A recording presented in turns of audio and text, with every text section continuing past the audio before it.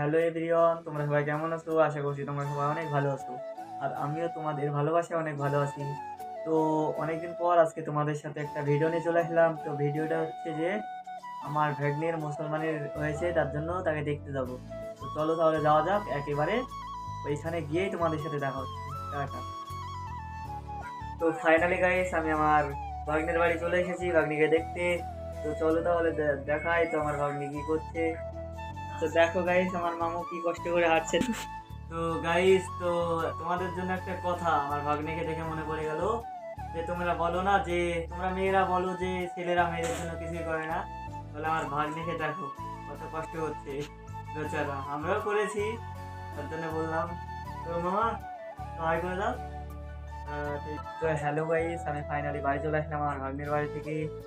তো আজকের ভিডিওটা এ পর্যন্ত। যদি ভিডিওটি ভালো লাগে থাকে তাহলে লাইক, কমেন্ট, শেয়ার এবং সাবস্ক্রাইব করে দেবে। তো ভিডিওটা সম্পূর্ণ দেখার জন্য ধন্যবাদ।